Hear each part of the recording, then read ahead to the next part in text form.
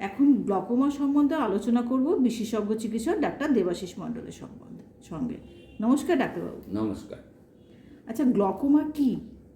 Glaucoma চোখের একটা অসুখ, যে অসুখে রোগীর অজান্তেই চোখের দৃষ্টি নষ্ট হয়ে অন্ধত্ব নেমে আসে।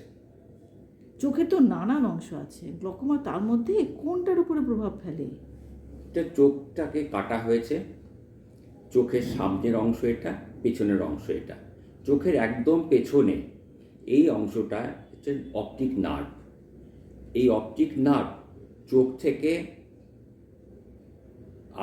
আলো চোখের ভেতরে আলো পড়ে যে ছবি তৈরি হয়, সেই সিগন্যালটাকে ইলেকট্রিক্যাল ইম্পালসে কনভার্ট করে ব্রেনে নিয়ে যায়। তখনই আমরা বুঝতে পারি। এই নার্ভই ক্ষতিগ্রস্ত হয়ে ধীরে ধীরে অন্ধত্ব নেমে আসে। আচ্ছা, চিকিৎসা করলেই তো আবার ঠিক হয়ে যাবে, তাই তো? না, এই ব্যাপারটাই হচ্ছে মুশকিলের। যে অপটিক নার্ভ স্নায়ুতন্তু দিয়ে তৈরি।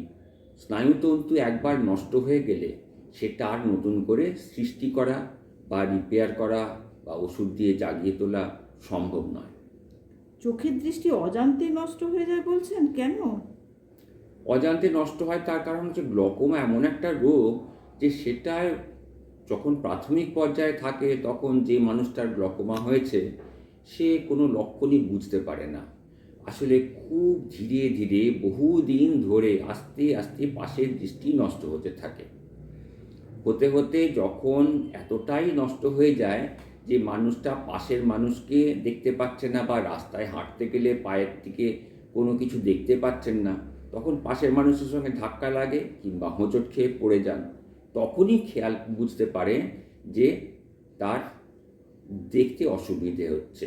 কিন্তু ততক্ষণে যতখানি খারাপ হবার কথা তা হয়েই গেছে।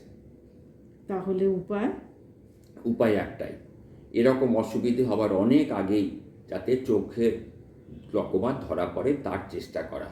কারণ গ্লকোমা ধরা পড়লে তার চিকিৎসা আছে, এবং চিকিৎসা করলে গ্লকোমায় অন্ধত্ব আসে না, সারা জীবনই সুস্থ দৃষ্টি নিয়ে বাঁচা যায়। পদ্ধতিটা হচ্ছে চোখের চাপ পরীক্ষা করা, চোখের সামনে গঠন পরীক্ষা করা, চোখের ভেতরে যে অপটিক নার্ভ আছে সেটার অবস্থা পরীক্ষা করা, আর পাশের দৃষ্টি কতটা নষ্ট হয়েছে সেইটা পরীক্ষা করা। এতগুলো পরীক্ষা করে তারপর একটা সিদ্ধান্ত নিতে হয় গ্লকোমা সত্যিই হয়েছে না হয়নি, এবং গ্লকোমা হয়ে থাকলে তার কিভাবে চিকিৎসা করা সম্ভব। ড্রপ দিয়ে, ওষুধ খেয়ে, অপারেশন করে, না লেজার সার্জারি করে। এই পরীক্ষা কাদের করা উচিত?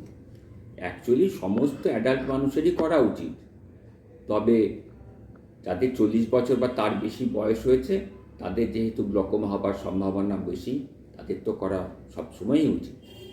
ঠিক আছে দাদু, ডাক্তারবাবু, নমস্কার। নমস্কার।